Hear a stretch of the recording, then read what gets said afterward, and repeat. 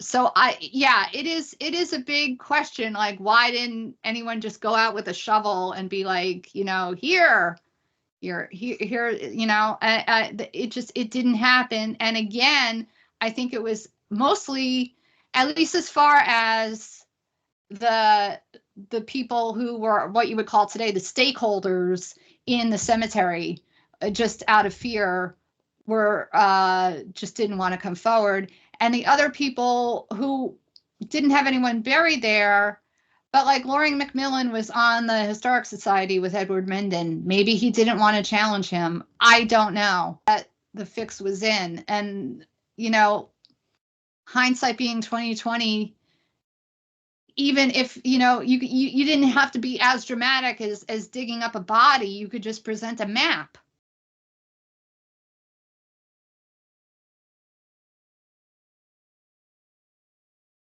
So Staten Islander News Organization is here today with Heather Quinlan, who is currently producing and directing a documentary about a forgotten cemetery on Forest Avenue.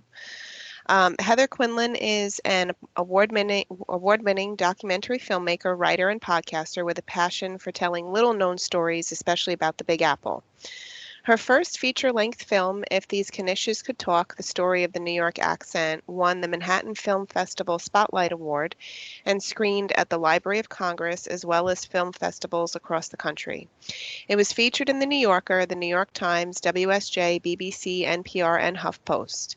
It's currently streaming on Apple Plus TV, YouTube, and Google Play. She is the author of 2020's Plagues, Pandemics, and Viruses, From the Plague of Athens to COVID-19, a book about the history of pandemics. Currently, she is the producer and director for Staten Island Graveyard, about an African-American cemetery that was paved over in the 1960s and is now a strip mall. They are in production at this time, and this interview will be mainly focused on that project. So Staten Island Graveyard is a 1-hour documentary that tells the story of Cherry Lane Cemetery, once the burial ground of anywhere up to 1,000 African Americans on Staten Island, and is now the parking lot of a strip mall. Nearly everyone who lives or works on Staten Island has unknowingly passed by this cemetery. The strip mall, which now covers it, is located on the corner of Forest Avenue and Livermore, and it is believed that the cemetery and church stand where Santander is now. Good morning, Heather, and welcome. We're glad to be with you today. Hi, thank you. So where have you been primarily conducting your research on this cemetery? So, like, is it the St. George Library? Is it the Historical Society? Is it books? Something else? Like, Historic Richmond Town and the Staten Island Museum. I did work with Pat Salmon at Historic Richmond Town, and I've been working with Debbie Ann Page at the Staten Island Museum. We've discovered there, for instance, that this was a mirror church to Sandy Ground, in the sense that both were AME churches. One was AME, one is AME Zion. I can't tell you the difference other than that AME was begun in Philadelphia and AME Zion was begun in New York, but I believe they both became AME Zion churches. And at one point they shared a pastor, Guilford Landon. And Landon is a very big name in Sandy Ground. There's Landon, there's Bishop, there's Cooley, there's Pedro.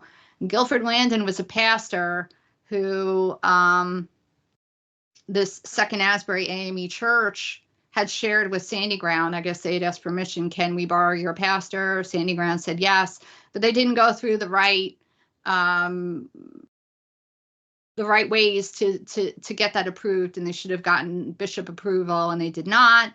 And so I think that may have possibly led to the downfall of this church. I'm not entirely sure.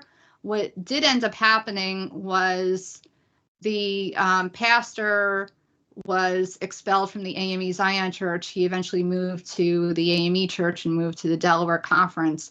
But Sandy Ground separated over this. The large majority of them supported the fact that they shared a pastor with Second Asbury, with a small group siding with the bishop. And so you actually had two different churches at Sandy Ground at one point, indirectly because of this Second Asbury church. And eventually what I like about Sandy Ground, and what I think is part of what kept Sandy Ground going for as long as it did, and they have a very vital cemetery, as you know. It's so important to have cemeteries, especially African American ones, because the history is so scattered and so difficult to find. But I think part of what kept Sandy Ground going for so long is partially its isolation from being so far away from areas like the development on Forest Avenue, but also even throughout this schism that I guess you could say happened within the church community, they didn't let it affect them as a community as a whole. They didn't, split up. And there were articles that said something like, even within a family, one family, there would be differing opinions, but it was still okay. They still allowed for that. And eventually the two sides reunited, and the church that is there today, that landmark church, is there as a result of the two sides reuniting and the community saying, okay, now we're going to need a bigger church. And so that church was built. As, again, because of Second Asbury and what happened there. So there's a cause and effect that is even like bigger than I had even realized. I had no idea that Sandy Ground had anything to do with this, other than that it was a similar community, a lot of oyster fishermen, except these fished in the Kilvan Col. Oyster fishermen and their families, also from New York, New Jersey, Maryland, Virginia. It's just that they happen to be more in Mariners Harbor and specifically on Van Pelt Avenue. But yeah, they were two very, very similar communities. And they even had picnics together, I believe. So yeah, the research that I did, a lot came from there. A lot has also come from the Richmond County Clerk's Office, various websites, ancestry.com, familysearch.org, the historians that I told you about, also Gabriella Leone at the museum. I mean, all these people have been, tremendously helpful in what is a really, even for historians, is a real challenge, the story. Right. And so the cemetery was the Cherry Lane Cemetery, but the church itself was called the Second Asbury Church? It was called the Second Asbury African Methodist Episcopal Church. And we think that's possibly because there was already an Asbury Methodist Episcopal Church, the one where Ichabod Crane is buried. And part of the loophole that led to the state that it's in now is that in the deed, it was deeded by John and Tabitha Merrill Blake. Merrill Blake being another big Staten Island name. There's a Merrill burial ground not far away.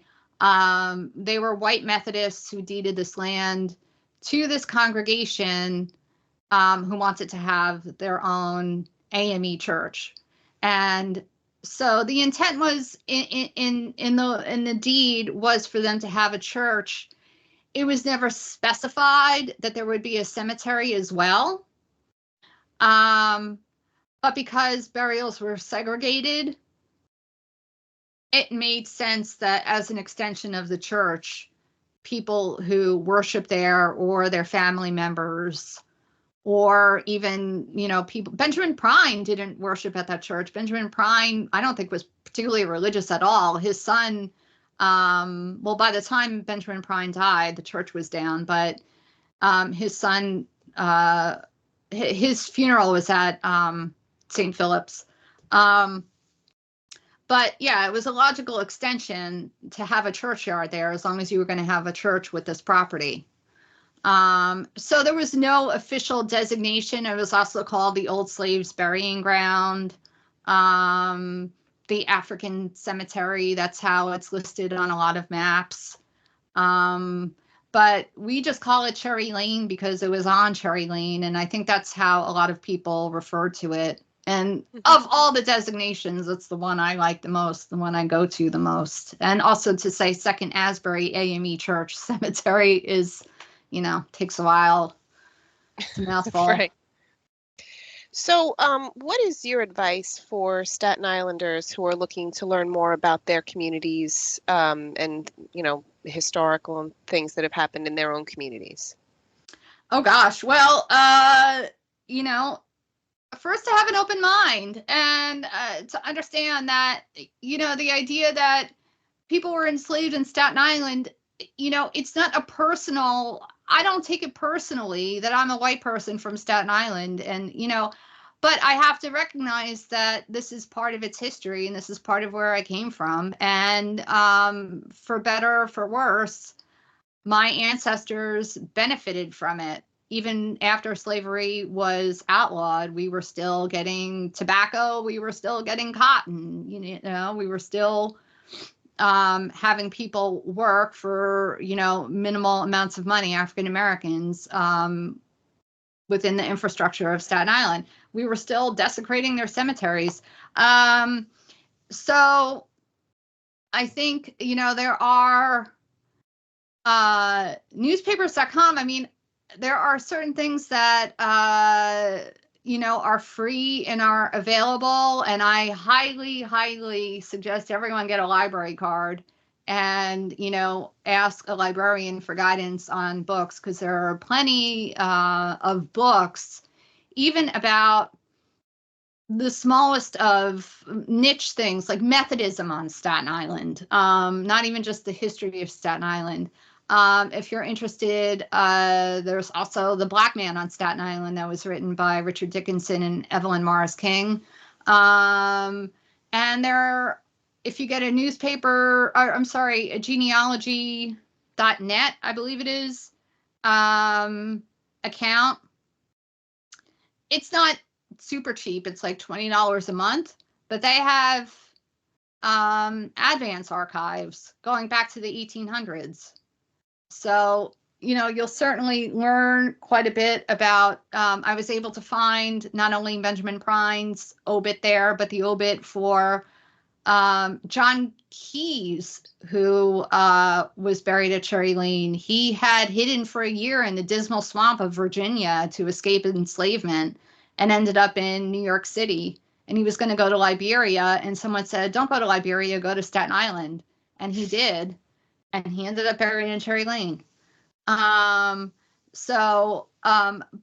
even just about the history of Staten Island, and even, in weird things, just in the ads, that were in the newspapers back then, what was going on the different addresses. I was able to find that my friends, like great grandparents, owned a deli on Morningstar Road, right by Bella Mama Rose, so there are plenty of ways to find that information, but I believe it all starts with a library card.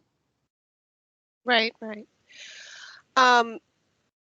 So I guess the next question that I had was, if you could speak about the site and what was located there in the past and kind of how it evolved and became forgotten over time. Well, it started as it was deeded in 1850 by John and Tabitha Blake, to this congregation. Funds were raised to build a church. We don't have any illustrations, photos that we've come across yet. I mean, probably not photos would exist, but there's no indication other than maps that this and the deed, well, and it didn't even exist yet when it was a deed, but there's no real indication of it existing other than on the maps. And if you go to the Richmond County Clerk's website and you put in block 393 for property listings, you will see like a whole list of deeds for properties that were bought and sold within that block, which included the church and the cemetery. And on a lot of them, in what are known as meets and bounds, METES, which basically like the property starts here, and here. As designations, they will a lot of times say what is now or had been the African Methodist Episcopal Church or something like that. So that's the only way we really know that it existed. Like I said, it was a congregation of people from around the Mariners Harbor area.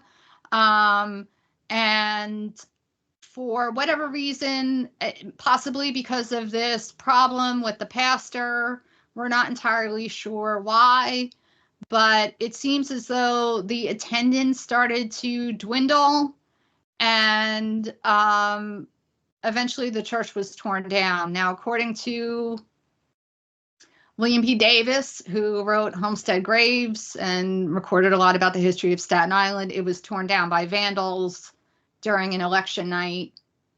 He doesn't specify which one. Debbie Annis thought possibly Grover Cleveland, because I think Grover Cleveland had been governor of New York. But all we know is that by the time Homestead Graves had been published, this church no longer existed. And but it did have a second life, so to speak, as a cemetery. And again, cemeteries being segregated, even though people went to worship elsewhere, they were still being buried at this site. Problem being, again, this is an African-American community, so records are very spotty. But again, the burial stopped around 1910, and I don't know why that is, because the property wasn't seized until 1954. And at that point, it had been kind of an overgrown lot. So there are a couple things I can think of, and these are just guesses. One is that maybe there was no room left to bury anyone, which is unlikely but possible. Another is that other cemeteries had opened up and were more appealing, like Lake Cemetery or Fountain Cemetery, other cemeteries. So people chose to be buried there instead of Cherry Lane. So there's a thing called the Leng List, L-E-N-G, that was put together by a historian named Charles Leng. He worked with William P. Davis a lot. And there are a number of names listed on there. But yeah, it stops around, I can't remember the exact date. I think the last person that they have on there is a woman named Rachel Van Buren, who died at age 100.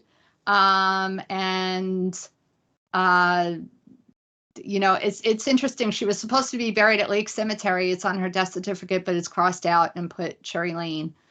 So yeah, and for years it just kind of stayed that way. I don't know exactly the reasons why. I don't know. I get the feeling in Homestead Graves, it's mentioned that there were headstones. Now, headstones were and still are very expensive. But they had tried to put headstones on the site on certain ones. And there was one, I think, for a man named Augustine Jones. And as is described, it's split in half, and you don't even know on which grave it belongs to. And so the amount of vandalism that happened when they did try to mark graves meant that they just stopped altogether, because what was the point in putting together all this money to have these headstones if they're just going to be vandalized anyway? And the devastation that must cause for someone to see that done to their loved one's grave, I mean, then that is like, well, then I just don't want to deal with it at all. And people respond to death very differently. I mean, in my own family, my dad's brother died very young when he was 22 in a car crash. And my grandparents would go visit his grave every Sunday. My dad never would. So, and that doesn't mean that my dad didn't grieve. In fact, my dad died on the anniversary of his brother's death. My dad grieved very deeply, but he just, he didn't, it was too painful for him. So I think for a lot of reasons, it became too painful for a lot of people to deal with. And what you end up happening is this plot of land that's in a very desirable spot on Staten Island, and it's full of African American people who are in the way. And that's how it all started. And then you had mentioned that the cemetery, that the church was deeded and the property was deeded to the church. So like it was never identified in like I'm not sure how like land use records would go, but like so any church can make a cemetery on their property and then that, or do they need like a special zoning for that? Or it's just like that's something that they are able to do?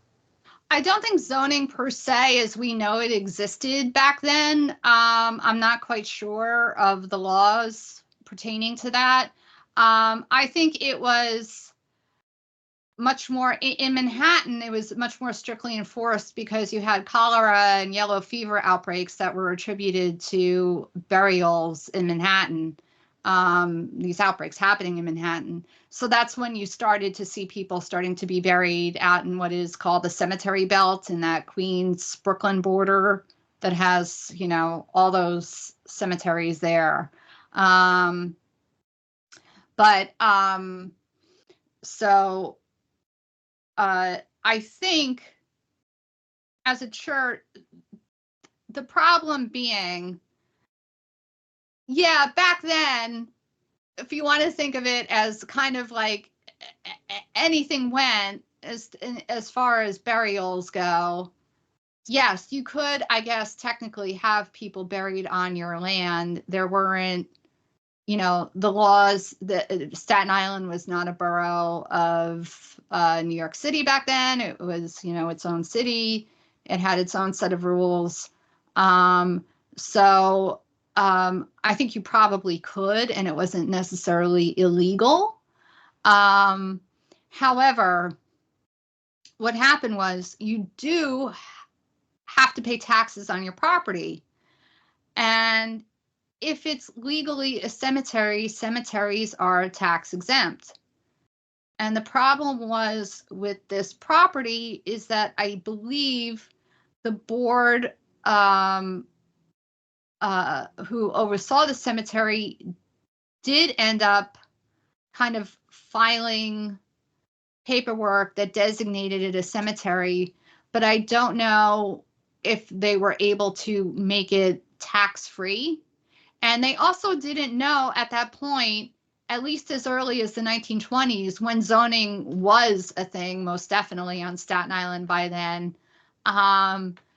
the cemetery was within commercial territory. I don't know if the board knew that. I sense that they didn't, or maybe they did and they were like, we need to put this out there now. Whatever the case, they didn't pay the correct amount of taxes for it, or, you know, there's a lot that's still very hazy about it. But what you end up seeing is a board that was trying to do their best and trying to file the right paperwork, and possibly did. We're still investigating that. But what happened was the person who wanted this property was a real estate attorney and knew all the angles that he needed to exploit in order to make a grab at this, and he exploited them down to the fact that you know, that the original deed didn't designate it a cemetery, therefore it wasn't legally a cemetery, that it had never been a cemetery, even though there were so many maps. And even up until 2018, the New York City Planning Commission had it on their maps in commercial territory. He had a grave digger testify that he had never dug any graves on that property, and then went on to say, I haven't dug any in at least 30 years. So it's like, well, which is it? Did you never dig any, or had you not dug any in at least 30 years? Which one is it? So, and the people who were on the board did not come forth because, again, when you have someone who has the money and the power and they're coming after you for money because you're being assessed a tax lien of $11,000+ which today is, over, as I say, it might as well have been $1 million. It really didn't matter when you get to a number that big. Back then it was in the hundreds of thousands of dollars would be the equivalent today, and you don't have the money to pay that. You don't know what's going to happen to you, and so you're not necessarily going to come forward and speak up on behalf of this plot of land for various reasons. And I think it's also the reason why David and Ruth Ann, even though their great aunt was on the board, their grandmother was on the board, although their grandmother had passed before they were born. But point being, they knew their great aunt. Their mother wasn't on the board, but their mother would have known about it. Nobody told them about this cemetery. Nobody told them about Benjamin Prine. Nobody told them anything that had anything to do with Cherry Lane. And it was still a cemetery when they were very young. And I think it had a lot to do with the sadness over what happened and how they weren't able to save it in whatever condition it was in. It didn't matter. The point being, headstones do not make a cemetery. Overgrown land does not make it a vacant lot. There were bodies buried there. And the fact that Edward Mendon was the vice president or a vice president of the Staten Island Historical Society leads me to believe that he absolutely knew this was a cemetery. And Loring Macmillan was cited in a later Advance article as saying that this was the first, I can't remember if he said it was the first Black church on possibly on Staten Island or the first Black cemetery. I think he said it was the first Black cemetery, but he was a borough historian at the time. And even he didn't come forward and say that this was a cemetery. Even the Board of Cemeteries didn't come forward and say this was a cemetery. They had no one. They did have, allegedly, I believe, John Braisted was their attorney. And there is this story that goes that you'll see that there's a little plot of land right by the fence near the dumpsters. That was the last part that was paved over in the 1980s. And it's believed that John Braisted had prevented people from paving over that part while he was alive because it was the last part that still had what he knew were bodies buried there. It was the last vestige of the cemetery. And then once he passed away, they paved over that. There are people who say that's BS, but it's a story I've heard nonetheless. So, so then what you have is someone who was able to get the property. He was a real estate attorney. For whatever reason, he had his sister be the front woman for this. I don't know why. Her name was Sidel Mann. She was married to Oscar Mann, who had been the Assistant Attorney General of New York. He left that and went back to being a real estate attorney. Edward Mendon's father-in-law was a real estate attorney. His best friend and executor of his estate, Herbert Claster, who he met in law school at Cornell, was a real estate. I mean, all these people. It's just like, you have. It's like going up against Napoleon, and you're an army of like 3 people. There's really no. I'm not gonna, as they say, die on that hill. There's nothing I can do. And so they proved in this court case that it was not a cemetery. And Sidell bought it at auction. There is a little ad in the advance saying that the property was going to be auctioned at Borough Hall on the steps on such and such day. She bought it for $1,000. She turned around that same day and sold it to her brother for $100. And then he leased it to Shell. And then the rest is history. So basically, there was a bunch of real estate attorneys who decided that they wanted this property. They knew it was a cemetery, and they set out to somehow illegitimately prove that it wasn't a cemetery so that they could buy it. Exactly. And Okay. it was being an African American cemetery, they had the feeling that exactly what might happen did happen.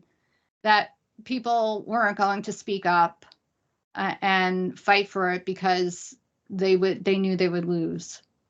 It would take literally an act of God, and it wasn't going to happen. So yeah, and like I mentioned, he had already also, I can't remember if it was previously he had bought the shopping plaza across the street or not, but he was gunning to buy a lot of property on Staten Island, and then he died in a plane crash. So, I mean, I guess that's the most confusing part is like, how were they able to prove that it wasn't a cemetery when it was? Like, couldn't somebody have just said, oh, let's go dig up a body or something? And like, here's the evidence that it's, or maybe like the remains of a headstone. Because everyone who, I believe, from what I can gather from the court case, everyone was on the side of the plaintiff. Hear me? Yeah. Oh, you froze. Okay, so yeah, you froze. I got your So question. okay, you got the question. So we didn't get any answer because it froze. Okay. So everyone in this court case who testified was testifying on the side of the plaintiff. So there was no one who was going to come forward on the side of the this is where it confuses me, where John Braystead comes in. I don't understand why counsel didn't do something. I am confused about that. I did reach out to his family, and I was told that there was no court case that they knew of about this. And so it is a big question. Like, why didn't anyone just go out with a shovel and be like, here, it didn't happen. And again, I think it was mostly, at least as far as the people who were what you would call today the stakeholders in the cemetery, just out of fear, were just didn't want to come forward. And the other people who didn't have anyone buried there, but like Loring McMillan was on the Historic Society with Edward Menden. Maybe he didn't want to challenge him. I don't know. But I do know that it just that the fix was in. And, hindsight being 2020, even if you didn't have to be as dramatic as digging up a body, you could just present a map. So it didn't happen. It didn't happen. And I'm sure I have not researched other cemeteries to this degree, but I'm sure this is not a unique story at all. And I'm sure a lot of the cemeteries that were claimed, or what ends up happening a lot of times that I have heard with other cemeteries, is that the developers say, we will repatriate the remains, we will move the bodies, and they move some, but they don't, because this isn't strictly a cemetery the way that we know it, that everyone is recorded, that most people who could afford it or had family had headstones. People had no way of knowing they were getting everyone and who they were getting and who they were moving. And, so it was just sort of lip service in a way. And here we didn't even have lip service. We just had flat out lying. So instead of the attorney for the African Americans, members of the church, presenting evidence and deeds and things of that nature, that it was a cemetery, something because of that not initially getting it deeded as a cemetery that you were mentioning about the tax exempt status and all of that kind of threw a wrench into everything in some sort of way. Or maybe they just knew these people have so much money, we're fighting a losing battle, or maybe there was politics involved, or who knows what. It was so long ago. All of those things, yes. I would venture to say, you know, with the absence of someone coming forward and saying, yes, I know it's a cemetery, but who cares? Let's build on it. We don't have anyone saying that. So in the absence of that, we can only guess. But I think that was the thinking process. Right. And are there other forgotten cemeteries that you're aware of, either on Staten Island or in New York, outside of the one other one that you had mentioned by the IRS building? Are there a lot of these forgotten cemeteries in New York or Staten Island? Oh my God. Yes, there are tons. Well, I mean, I think you might have heard of the one on Alaska Street that has the storage unit covering part of it. That is both African American and Indigenous. There's a site, if you go on Alaska Street, you'll see like it's closed off to the public. There's a wrought iron fence around it, and it's tiny. It still exists slightly, but over next to it, gigantic self-storage unit, which covers a large majority of that. Going to Manhattan, you know, before they outlawed burials below, I think it was 81st Street, and this is going way back when, we think of gentrification as something that's a relatively recent development, but gentrification goes, you know, way, way back. So in New York City, you had, you know, parks like City Hall Park, that's there today. That was a potter's field. It still is a potter's field. It's just that it was in the way and rich people were moving in. So we'll turn it into a park.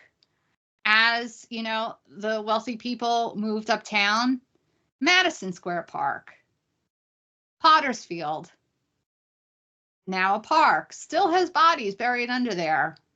Central Park, which had been Seneca Village, you know, destroyed, an African community destroyed to build Central Park.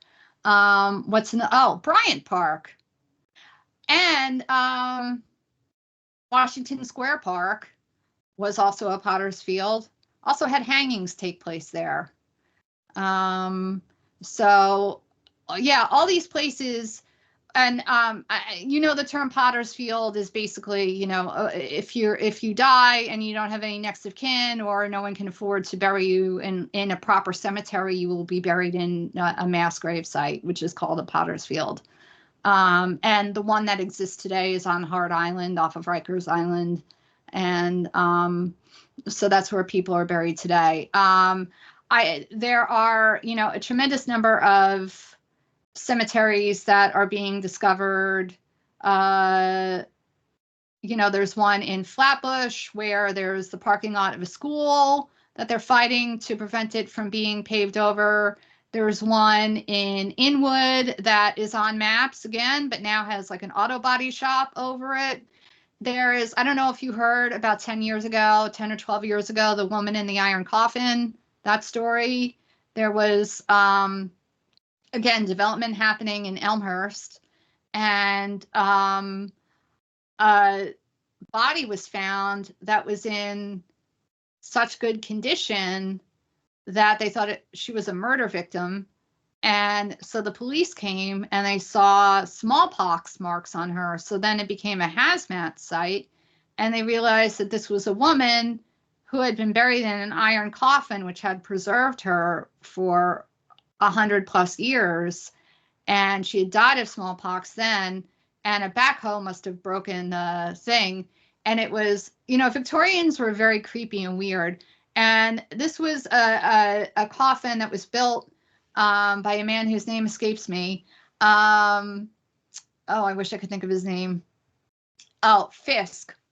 They were known as Fisk coffins, and they looked like sarcophagi, and they also had a window. Why, I don't know. But she's the only African American person we know of who was buried in one of those coffins. And it turns out she lived next door to this man and worked as a maid for his neighbor. So even with all this publicity, and Secrets of the Dead did a story about her, it got tons of press. That site still is still being, it's at a standstill between the developers and the church, as to who owns it. And right now it's got like that sort of construction fence around it and abandoned cars in it. And this is one that got a huge amount of press. And the last thing I'll say is, does this just happen to African Americans and Indigenous people? No. But what it does largely happen to is people in marginalized communities. So you have your Pottersfield. These are poor people, largely immigrants, largely unwanted, that they're, kind of essentially dumped in these spaces. You will have family plots dating back to the 1800s, where you will see, for instance, in Queens, there's the Lawrence burial ground, where you'll have headstones from the Lawrence family.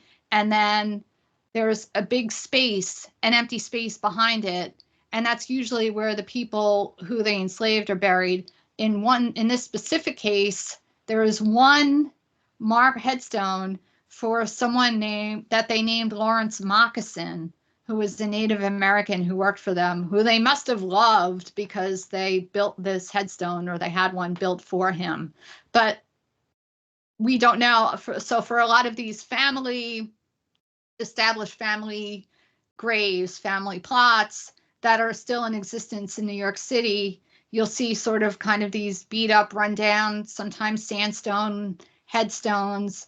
But what you won't see are the other people buried there who were enslaved by them. So in a sense, they're invisible as well. And on Hart Island, Melinda Hunt, who has been leading the charge for that for many, many years, I don't know how she's done it, but what happened there, for instance, was at the height of the AIDS crisis, in the 80s, when so many people were dying of AIDS. Some of them were gay, some of them were IV drug users, or both. The medical examiner's office made the assumption that these were not people of value, in the same way that at Cherry Lane, these were not people of value. Like if you and I passed away tomorrow, we would have people making the judgment that we are people of value, and they would find a place for us to be buried that was nice, probably have a headstone, flowers, etc. But when you have other people in positions of power making that judgment about people who are on the fringes of society, and they don't want to do the paperwork, they're supposed to find next of kin for these people. They don't want to bother. They assume they're drug addicts, they're gay, they have no next of kin, or the next of kin don't care, and off to Hart Island they go, and the family is never notified about it. So, and there are so many people who had family members who just vanished, and they never knew what happened to them, and they assumed that they had died, but they didn't know under what circumstances, when, where the bodies were, anything like that. And they're only now finding out, thanks to her work and the Hart Island work. They have a whole separate part now. It used to be under the auspices of the Department of Corrections, because the Rikers Island prisoners were digging the graves. They may still, I'm not sure. And at least now you're able to get on the island. It used to be you weren't allowed to get on there at all, even if you had people buried there. And these are even moms who had, stillborn children that they had to bury there. They couldn't visit their children. Now at least you're able to visit it. But there is a large part of it with this sort of trench burial that you would find like during the war. that have people who had died of AIDS being buried in this one particular part. So that's the repeated story of the people who are deemed of lesser or no value, especially dead, that that are then just sort of erased, and then we don't talk about it. Right. So, excuse me, you had mentioned in an email that in 2022, the president enacted the African American Burial Grounds Preservation Program, which was intended to allot funding of $3 million a year by the National Park Service to organizations that would identify and protect African American burial grounds. The $3 million, which you said is paltry by federal standards, was supposed to be spent from 2023 to 2027. A couple of weeks ago, you discovered that $0 has been funded. And since the government is now working on 2025's budget, there's a chance that there will never be funding. How can this be changed? And is there anything ordinary citizens can do to help get this bill funded? And I guess also importantly is like, what does this bill do that isn't being done already?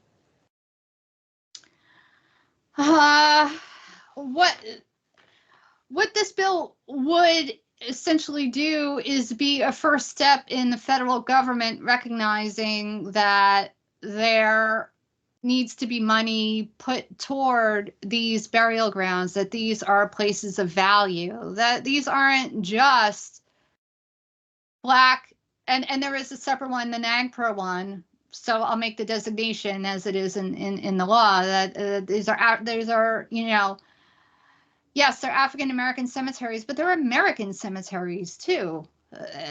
You know, that they are American, no matter who is buried there. They are American cemeteries.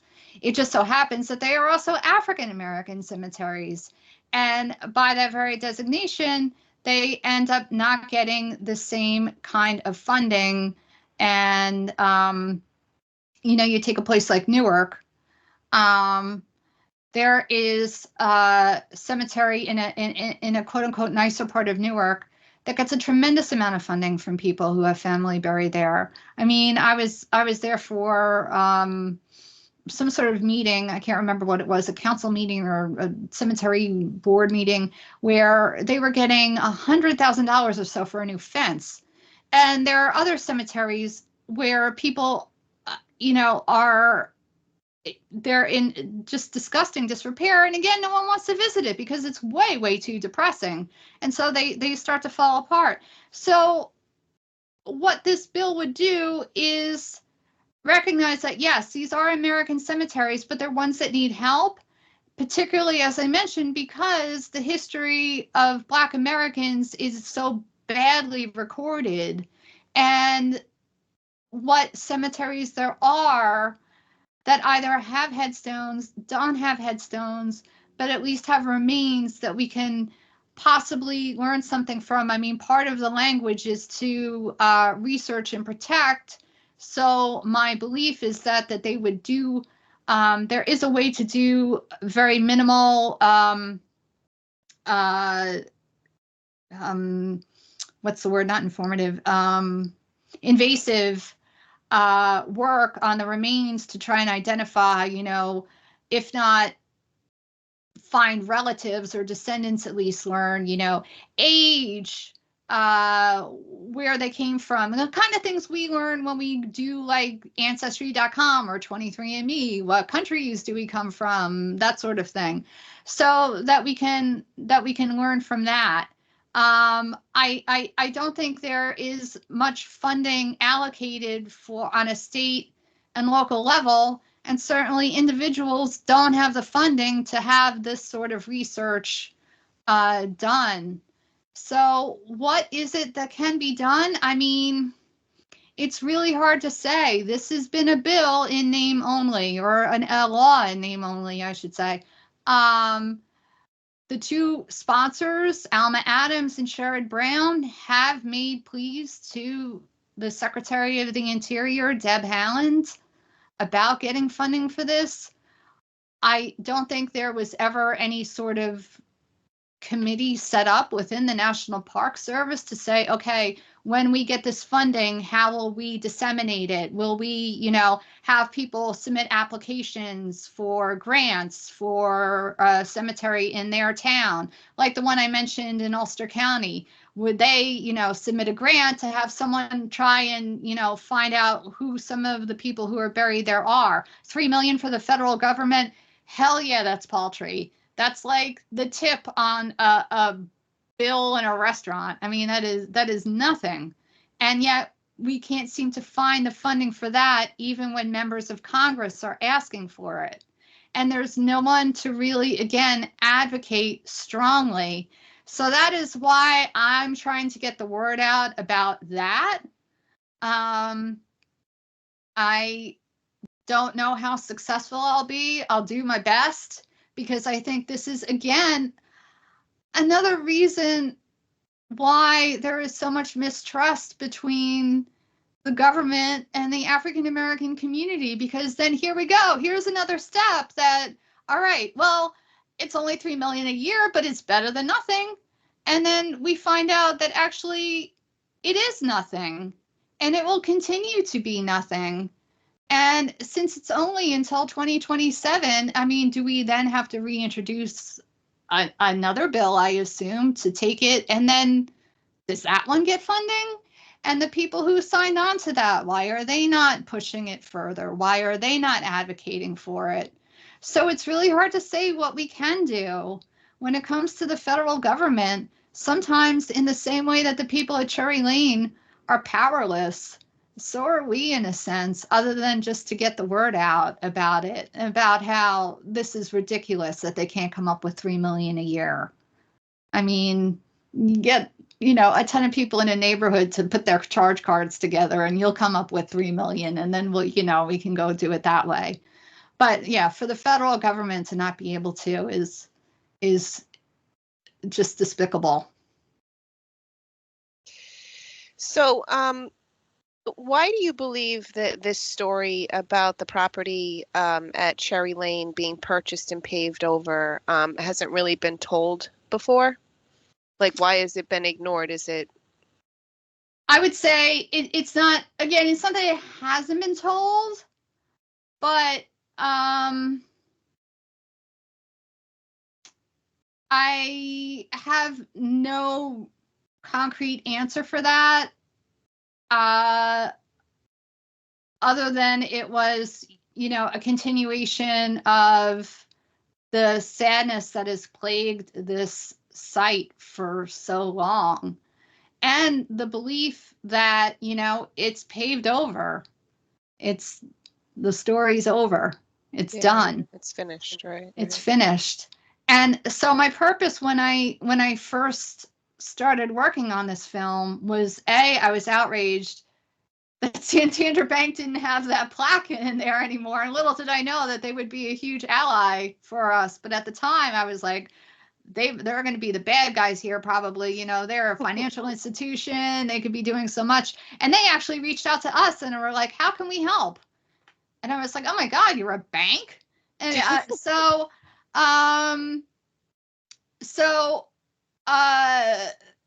and I'm sorry. So why it wasn't told, I think, Richard Dickinson tried to get a plaque, it was what it was. Friends of Abandoned Cemeteries, I think, had done a protest at one point. You'd have to look on their website. I think they had protested something at one point. I don't remember what, about building something on the grounds. But yeah, there were people who knew about it. But I think the very fact that it was a shopping mall indicated that was the end of the story. And again, this film happens to come at a time now when a lot of these sites are being uncovered. So it's less of, pardon the phrase, a dead end, that there are more people now that you find who are fighting the fight against either development of the site or taking off what is there now. Bethesda, Maryland is another example of that. a really sad story is in Mecklenburg County, North Carolina, where Microsoft just built a data center over African American burial ground that has descendants who are still alive who were visiting it. So I think that's probably, people were kind of sending up red flags that, hey, this was a site at one point, and the response largely at the time was, wow, that's really awful, and then we move on. So it's not that the story, and I certainly didn't discover it. It wasn't like I was going through old dusty maps and I was like, oh my God, what is this? People did know about it, but it just, it just took, I guess, someone who was so outraged by no plaque being in that lobby anymore to start the whole process of making a film about that and seeing where that would lead. And can you tell us a little bit about the Staten Island Foundation grant that is helping to fund your documentary? Sure. Staten Island Foundation, we reached out to them, and they are providing a grant that helps with the educational aspect of the film, to kind of teach about, why this property ended up in this way, to show it on film, to have David and Ruth Ann go to the Staten Island Museum and look at, because they have not yet actually seen a lot of the paper trail, such as it is. It's interesting. In some ways, we found more than I expected. In other ways, there's still enormous gaps to be filled, like a church that vanished. But to be able to tell that story and show them at the same time, and they learn alongside the audience. So that funding has been able to make that happen. Well, that's awesome. So that was all the questions that I have. I'm not sure if you have anything else that we didn't cover that you'd like to add.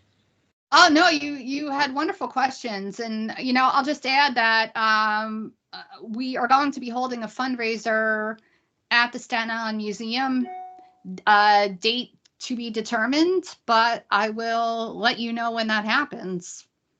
Sounds great. Well, it was really great meeting with you today, and I appreciate you taking the time to speak with us. Thank you, and thank you for identifying this as a story. And if you have any other questions, let me know. I will definitely do that. I hope you have a wonderful rest of your day. You too. All right. Thank you so much.